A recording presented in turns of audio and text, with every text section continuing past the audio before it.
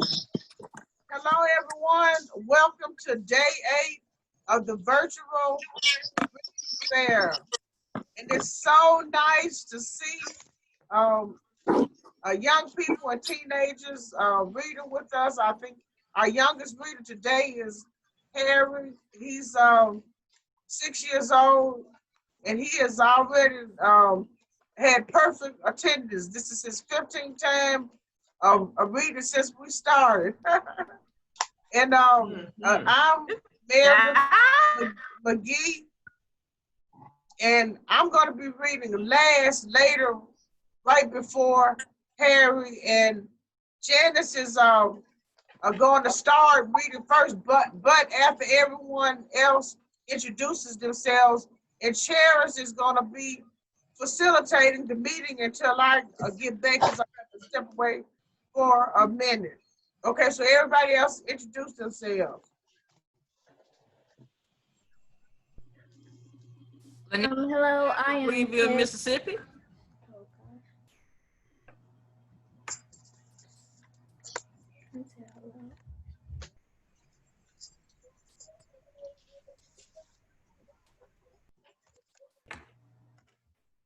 Mary Hardy, Greenville, Mississippi.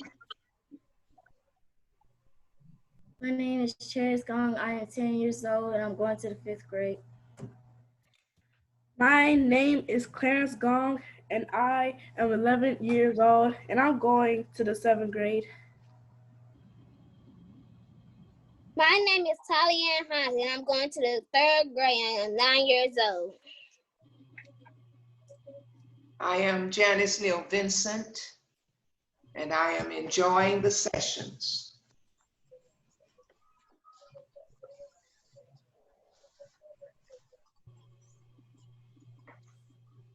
My name is Harry Chia. My name is Harry Chia, and I'm 6 years old, and I'm going to the 1st grade.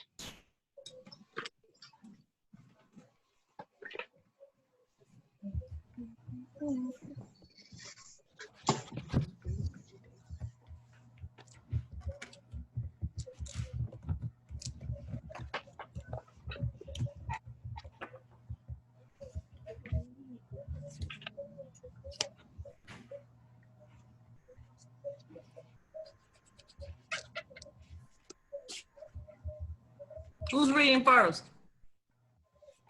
I am reading first. I was waiting on the person who is presiding now to say something. Okay, after Mrs. Janice, I decided that I will go next, and then it'll keep going on to there, and Harry always likes going last, so he could go last this time.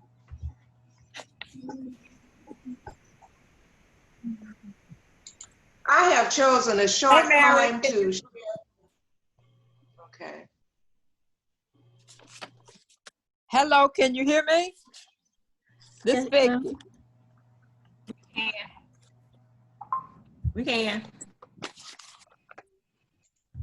Oh, you can? Okay.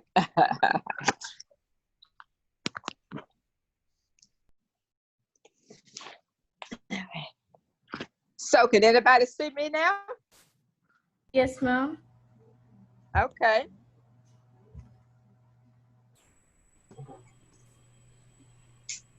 I'm kind of late too coming aboard, so. Oh no, we're just starting.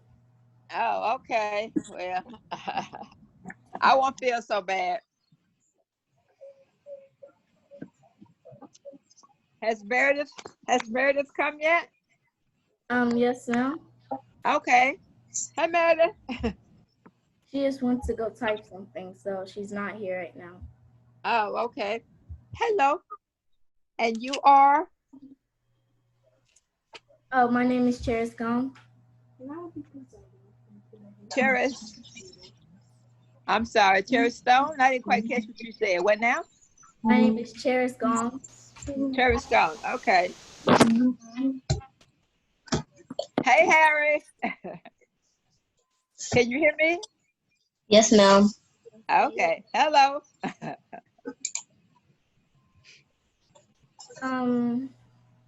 What can Who else is here? Okay. Who else was called? I think this is everyone. This is everyone? Yes. Okay. The first reader, would you like to begin yet? Oh, has no one else come yet but just the three of us? Yes, ma'am. Okay, well, I see recording. Are we being recorded? Well, good afternoon, ladies. This is the Community Library Mississippi Reading Fair this afternoon. We have 2 students today to join us for the afternoon class. And could you introduce yourselves? Hello, could you introduce yourselves? Oh, my name We've is Cherry. already introduced ourselves. Pardon me? We've already introduced ourselves. Oh, okay. Just I'm sorry. you I'm came already in. late. I'm late joining then. Okay. My name is Vicki Jenkins, and I am with the reading fair. So I'm sorry I'm late, but I have arrived now. But I'm with the reading fair. Yes, ma'am. Will the first person like to begin on their poem, their short poem, or their story? Yes, I'm ready. This poem I'm going to share is meant for the Black boy, and it is by a noted author. He's no longer with us, Dr. Charles Price Jones. Wrote so many things during his lifetime, things of wholesomeness. He wrote many, many poems, many speeches, and all kinds of essays. I was introduced to him by Dr. Anita Jefferson, and she has shared a number of books. As a matter of fact, she's given me quite a few of Dr. Jones's books. And I have been honored to be in her presence on several of her video gatherings that she had people to come to in her home in Pearl, Mississippi. I was so touched by what Dr. Jones had done that I wanted to share one of these poems today. Again, this poem is from one of his books, Charles Price Jones, First Black Holiness Reformer. Yes. I never had the opportunity to meet him, but I did meet him indirectly in his works. So this poem is Wake Up, the Black Boy. Wake up, the black boy. Is he yet asleep? Wake him up. Shake him up. Take him up. Anything, my hearty, except break him up. Wake him up. Don't leave him fast asleep. This is not the day for lazy mushlessness. Lift your eyes, my Ebon lad. Look up toward the goal. Let the flame of better things light up in your soul. Shoe your feet and gird your loins. Press on the prize. See the words secure, my son, written on the skies. Wake up, the black boy. See the sun is high. Set him up, pet him up, fret him up. Danger is near. Don't leave him there to die. This is not the season for the hall. 'Tis the hour, my lad, to hear the higher call. Throw away your dice and cards. Get your books and pen. Get your saw and trowel there. Show the world you're a man. Show man you are worth your place on the firing line. Wake up, lads, and make good. It was God's design. Again, that was Dr. Charles Price Jones. Thank you for the story. The poem. Yes, the poem. Does Thank anybody you. have any questions to ask her yet?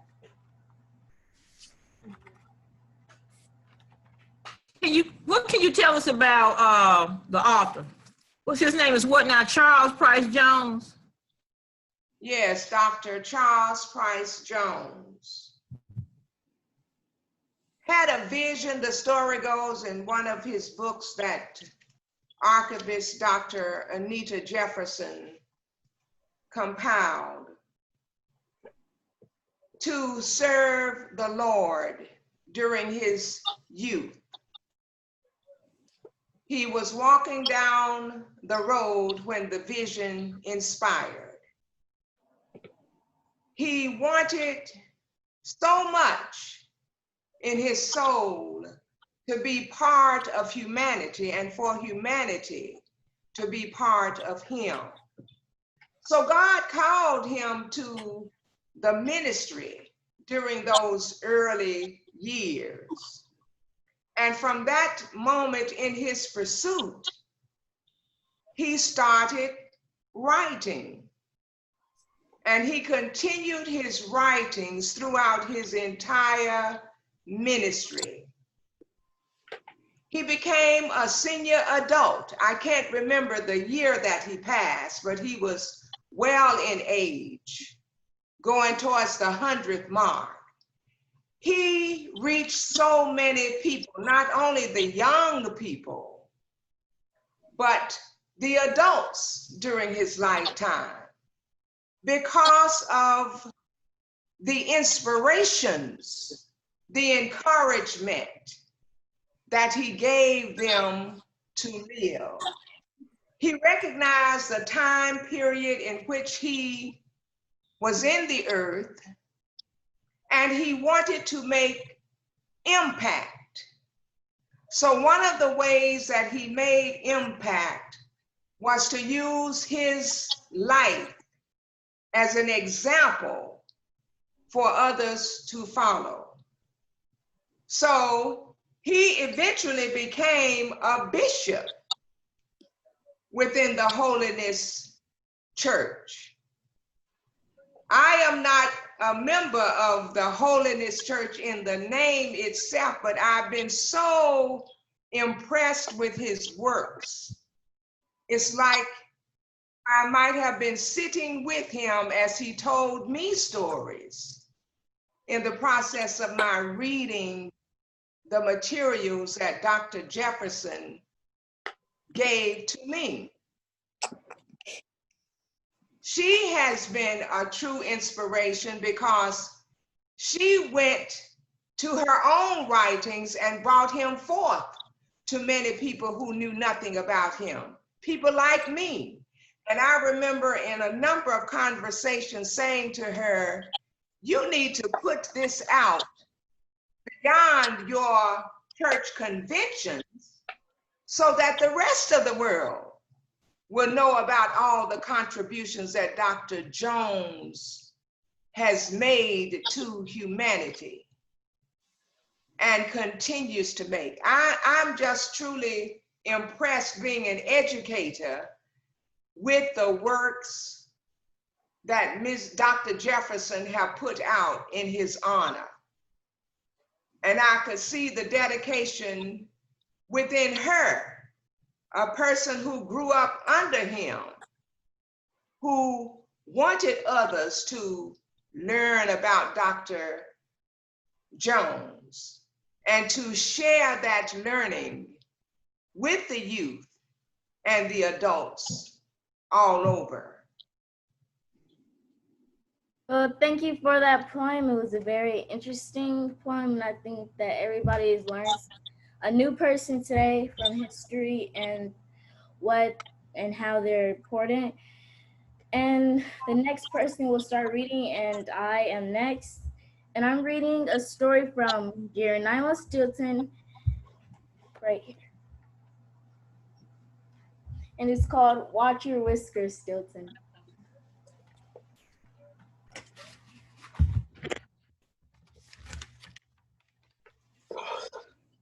The Roaring Rat. It was a sunny July morning. The sun was so hot you could grill a cheese sandwich on the sidewalk. I went to have breakfast at the corner diner as usual. I ordered a coffee and a cheese Danish as usual. Then I went to the newsstand as usual, and I wanted to get a freshly printed copy of my newspaper.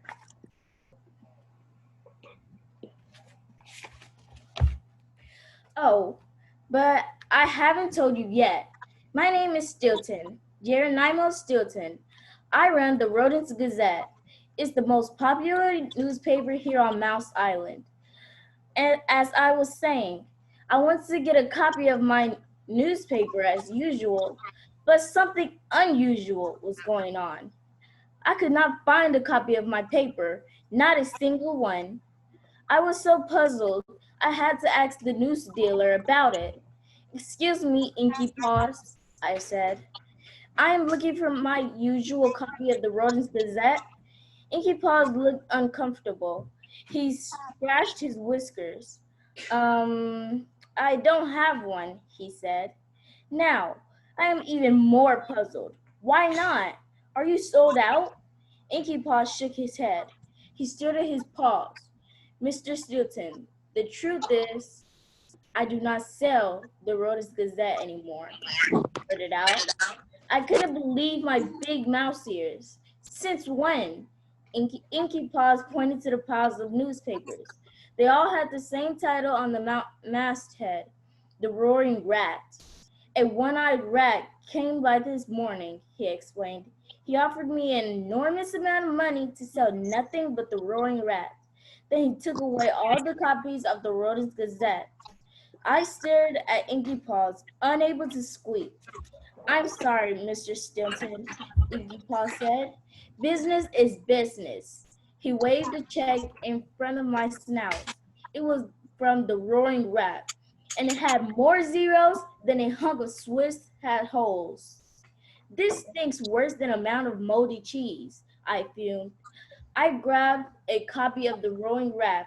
I wanted to see what this one-eyed rat was up to. As I read the front page story, my whiskers started to twitch. A one-eyed rat. I hurried to the office as fast as my paws could take me. I had to find out what was going on. On the way, I passed a bookstore. I looked in the window as usual. There is always a copy of my latest book displayed here, but this was not a usual morning. My latest book was not in the window. I ran up inside. I searched high and low, but I could not find a single book by my company, Stilton Publishing. Instead,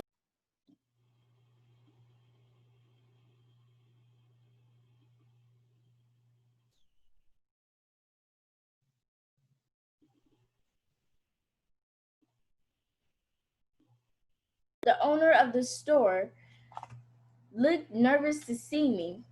That's is a little snobby, but he has always been happy to sell my books. I take it you've heard the news, Mr. Stilton, he squeaked. I'm sorry, but I can no longer sell books from Stilton Publishing. I received a proposal from One-Eyed Rat early this morning. Bousabout showed me a check from the Royal Rat Group. This one has so many zeros, it made me dizzy.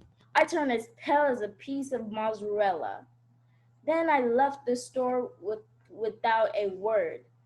This is much worse than I thought, he muttered. I heard the 17 Swiss cheese enter. My whiskers were trembling. I rushed into my office, then screamed for my secretary, Marcella. Here he is.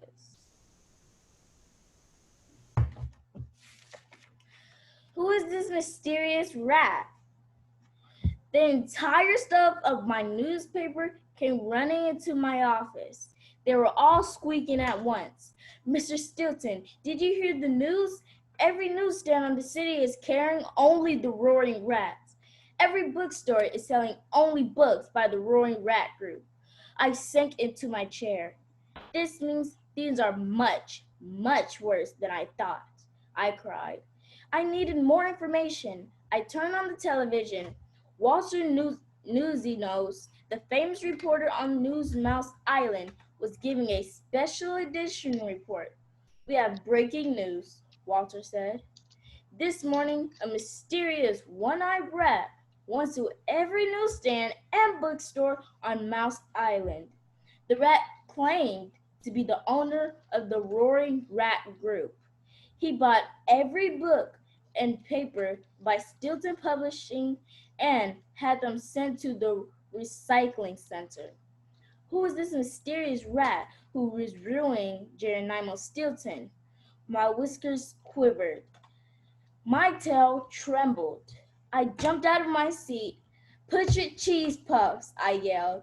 This is much, much, much worse than I thought. Here's the news reporter. Okay.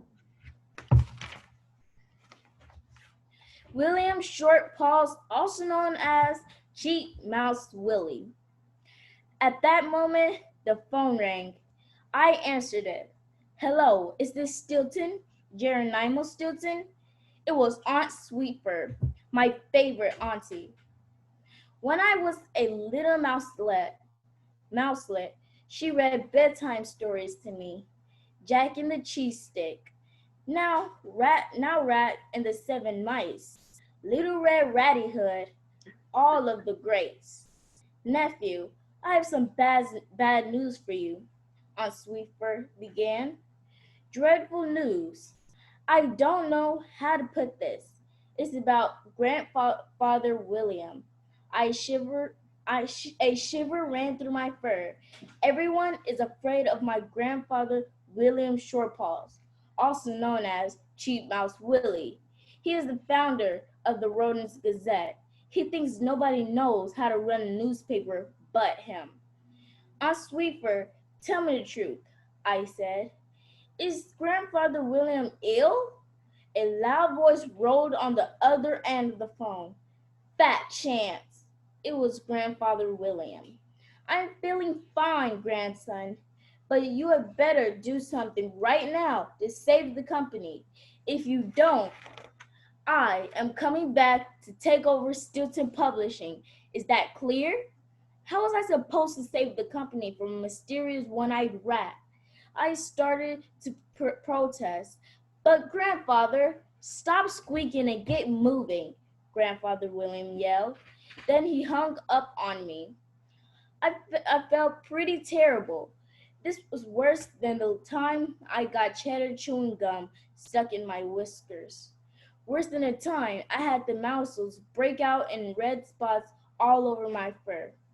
Worse than when I had a bad reaction to some overripe Munsters and thought I was allergic to cheese. I started to snob. Soon, my snout was soaked with tears. This means things are much, much, much, much worse than I thought. That was the first 10 pages. Oh, and this is the Grandfather William. Okay, very good.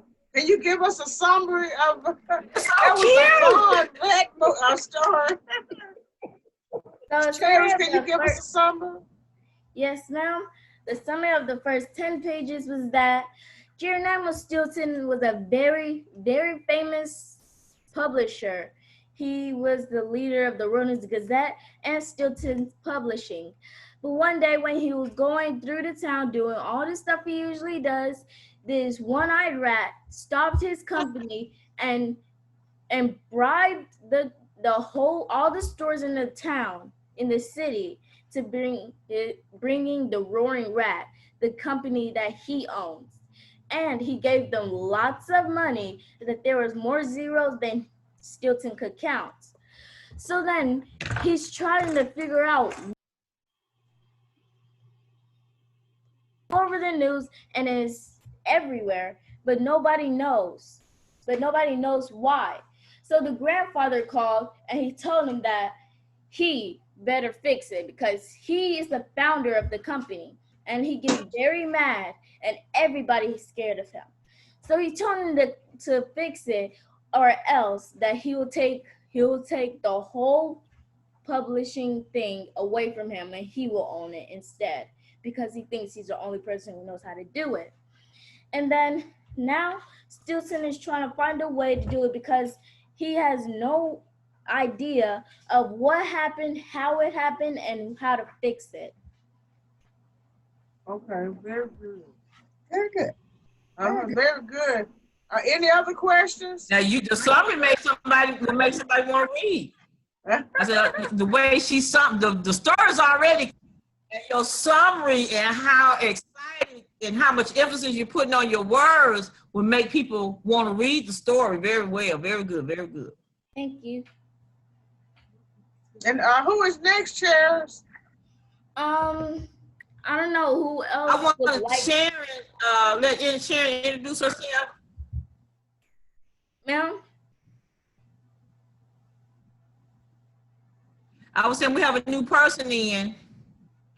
Oh, okay. We have a new person on, so she can introduce herself. I see her name is Sharon. Unmute so you can introduce yourself, Sharon. Can you hear me? Yes. Yeah, my name is Sharon Galetta, and I'm from Detroit, Michigan. Okay, very nice to have you. And you're Lynette's sister. Are you Lynette's? Okay, are you gonna be reading today? No. Okay, okay. Well, thank you for joining us. We would really appreciate that. And Clarence, are you reading next, or you want to wait? I can read next.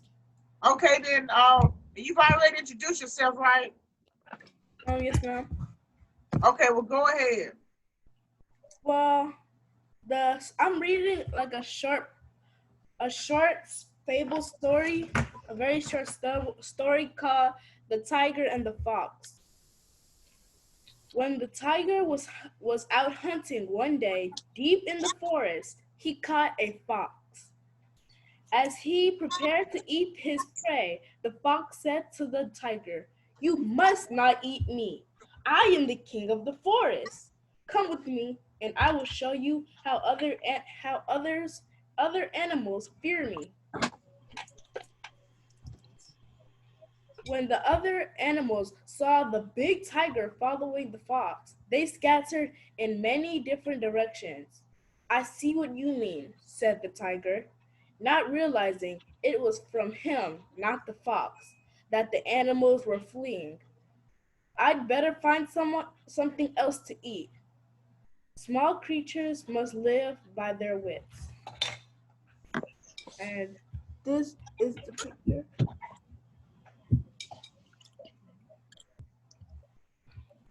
No, that's the end.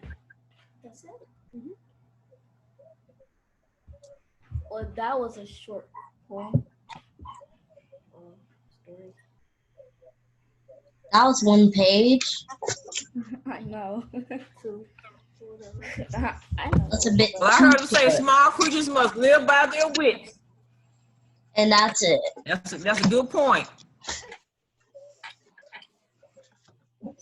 Well, Yes. anybody have any questions? And who was I was saying that he said. Oh, go ahead. What you say, Lynette? I heard him say that small creatures must live by their wits, and I said that's a good point, because at some point we all have to make it by our wits. That's right. That is so true. Good job. That was one page only. Good job, Clarence. Good job. All right. Yeah, great job. Yeah, big things come in small packages. And who's next? Talia, you want to go next? Yes. Okay. You've already introduced yourself, right? Yes, ma'am. Okay. Tell us what you're reading and hold your book up. I'm reading Lily's Purple Plastic Purse. Ah, I remember that book.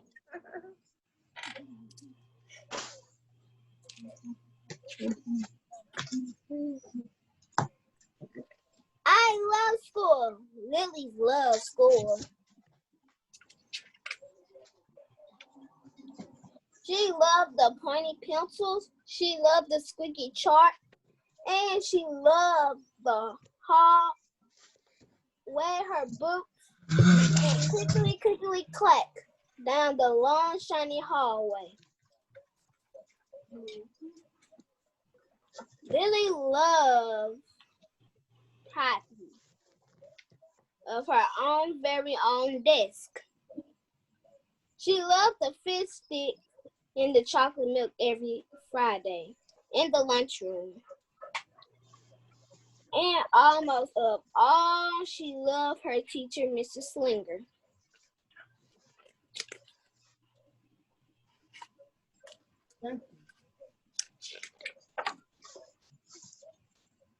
Mrs. Slinger was a sharp as a tack. He wore an artist's shirt. He wore glasses on a chain around his neck, and he wore a different color tie for each day of the week. Wow, said Lily. What was just about all she could say wow.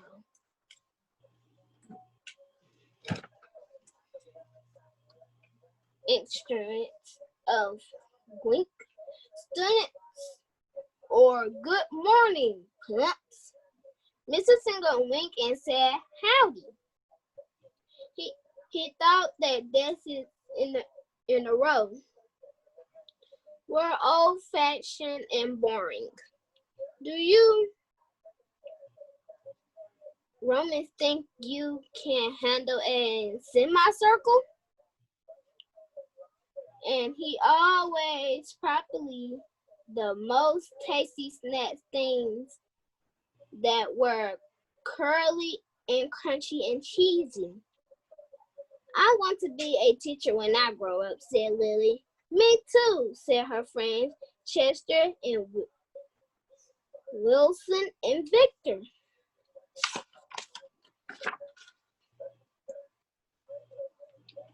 At home, Lily practiced to be Mrs. Slinger. I am the teacher. She told her brother, Julie. Listen up. Lily even wanted her own set of illustrated pictures.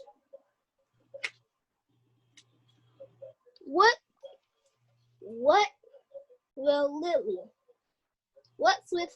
Asked her mother. I thought she wanted to be a surgeon or an ambulance driver. Or a diver, said her father.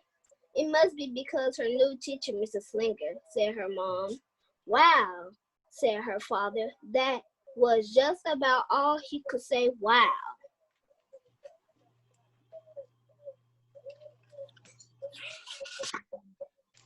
Claudia, can you turn your screen? It's sideways, upright.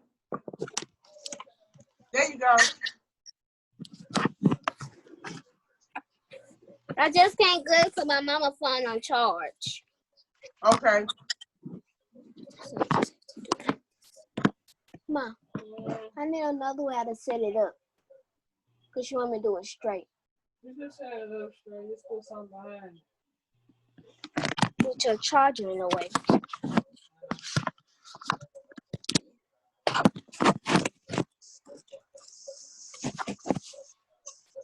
Okay, that's good.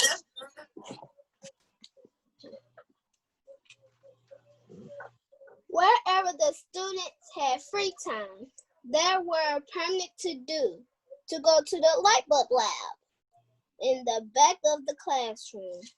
They experiments were ideas created through drawing and writing. Lily even often. She had a lot of ideas. She drew a picture of Mr. Slinger, and she wrote a story about him too. During sharing time, Lily showed her creation to the expecting class.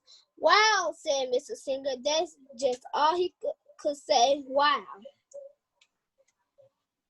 And at the very last second, Mr. Singer slaved the call starting early.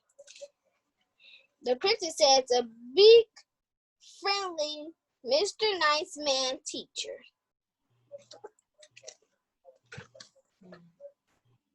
And that is what she draw. Okay.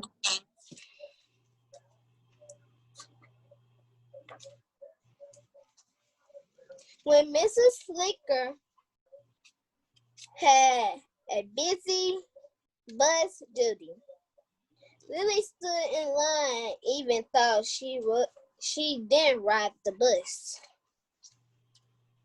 Lily raised her hand more than anyone else in the class, even if she didn't know the answer. Call on me, please, please. And she virtually to stay after school and clap the erasers. I want to be a teacher when I grow up, said Lily. Expecting choice, said Mrs. Slinger.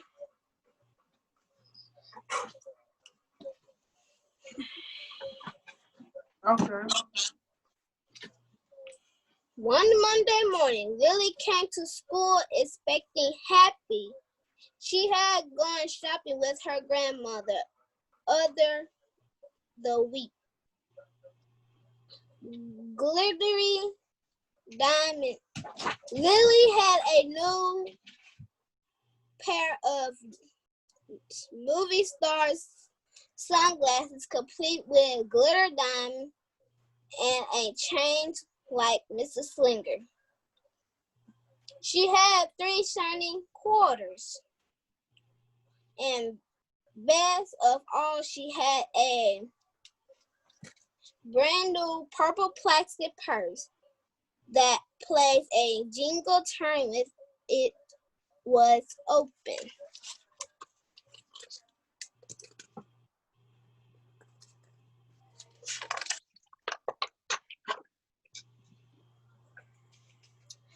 Lily, what to show everything?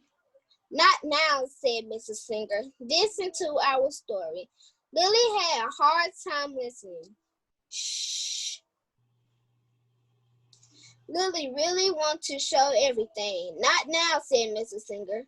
Let's be concentrating with our classmate. Lily had a hard time beginning concentrating. Oops. Lily, really want to show everyone. Not now, said Mrs. Singer. Wait until recess or sharing time. But Lily could not wait. She's in trouble.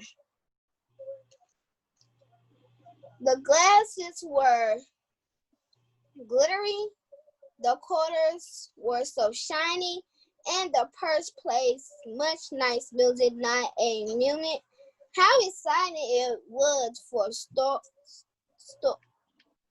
storing school supply. Look, Lily whispered friendly. Look, everyone. Look what I got. Everyone looked, including Mrs. Singer. He wasn't not up happy. I'll just keep your things at my desk until the end of the day, said Mrs. Singer. They'll be safe there. And then you can take them home. Lily's stomach growled. She felt like crying. Her glasses were gone. Her quarters were gone. Her purple plastic was gone. Lily longed for her purse all morning. read the whole book. Huh? You reading the whole book? Lily longed for her purse all morning. She was even too sad to eat the snack Mrs. Snyder served before recess. That afternoon, Lily went to the library lab. She was still very sad that she thought and she thought and she thought. And then she became angry. She thought and she thought and she thought more. And then she became furious. She thought and she thought and she thought and she thought better longer. And then she drew a picture of Mrs. Slinger.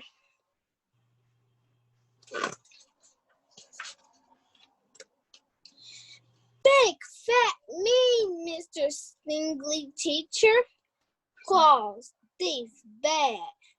Wanted by the FBI. P.S. I do not want to be a teacher when I grow up. Right before she left, right before the last bell ring, Lily sneaked the drawing into Mrs. Singer's book bag. Then all the students were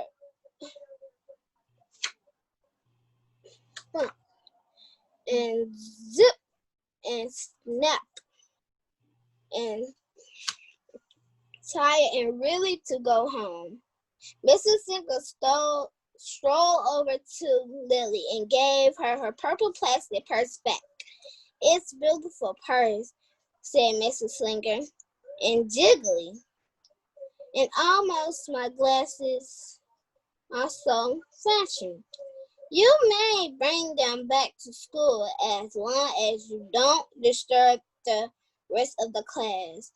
I do not want to be a teacher when I grow up, Lily said, as she marched out of the classroom.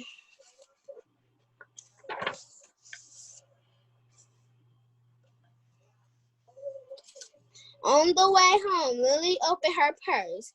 Her glasses and collar were inside, and so were a note from Mrs. Singer. It says, "Today was a different day. Tomorrow will be better." There were almost some small bags of tasty snacks, and that bought her purse. How many more pages are in the book?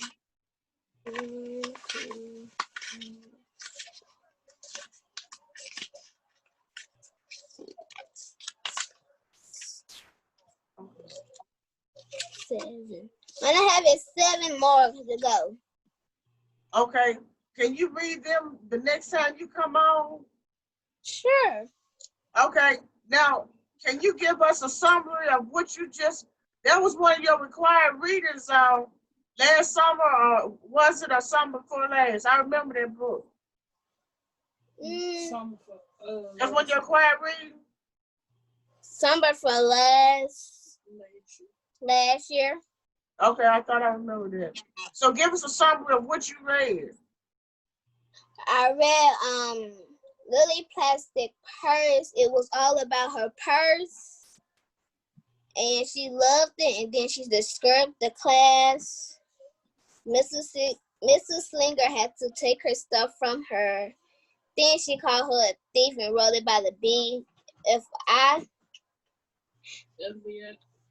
FBI.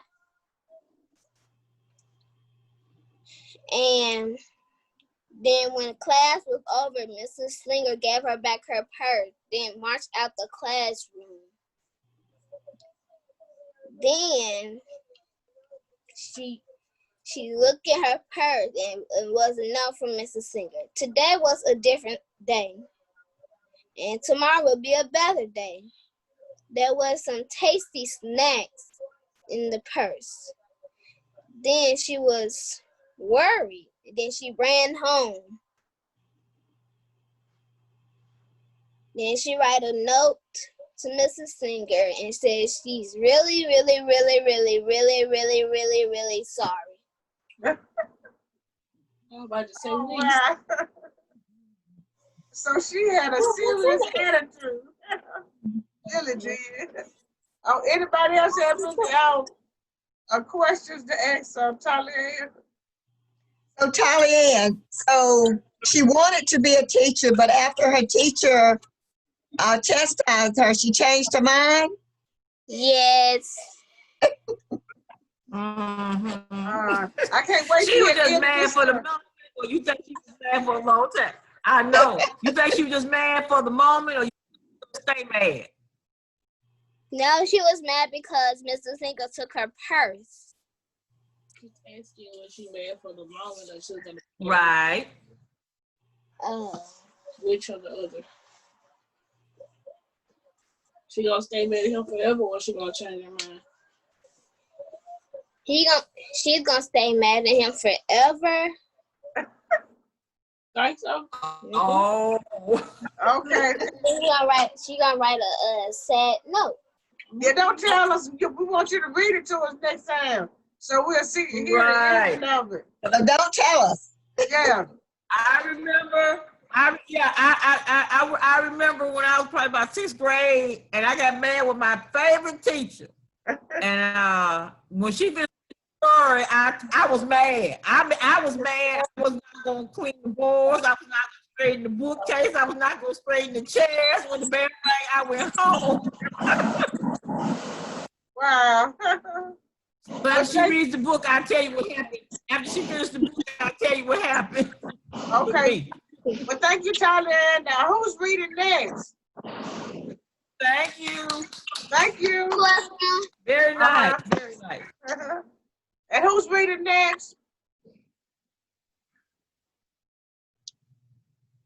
Did anybody else want to read? I read.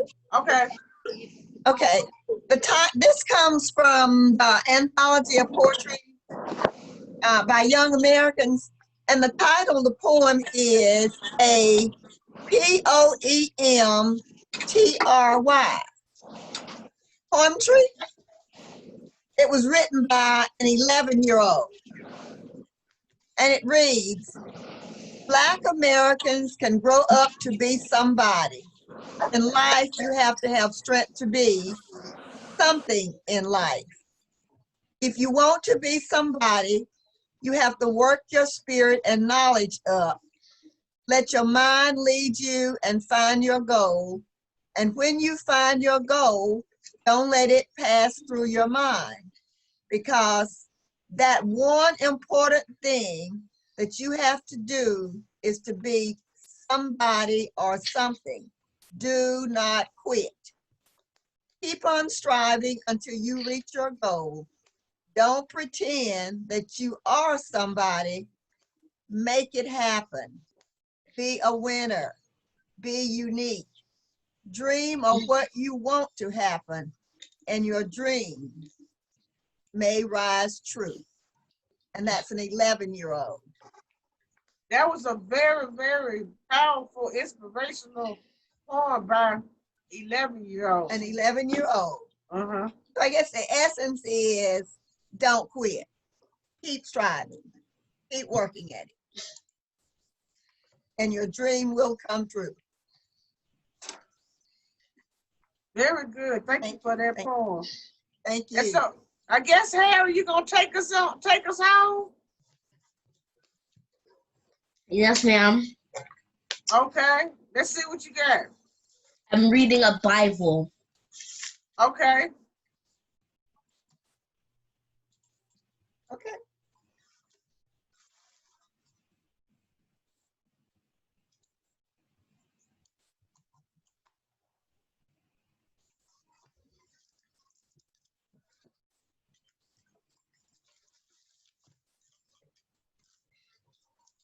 The Lord is my shepherd. I have everything I need. He lets me rest in fields of green grass. He leads me to pools of quiet of fresh waters. He gives me new strength. He guides me in the right path as he has promised. Even if I go through the deepest darkness, I will not be afraid. Lord, for you are with me. Your shepherd's rod and staff protect me. You prepare a banquet for me, where all my enemies can see me. You welcome me as an honored guest and fill my cup to the brim.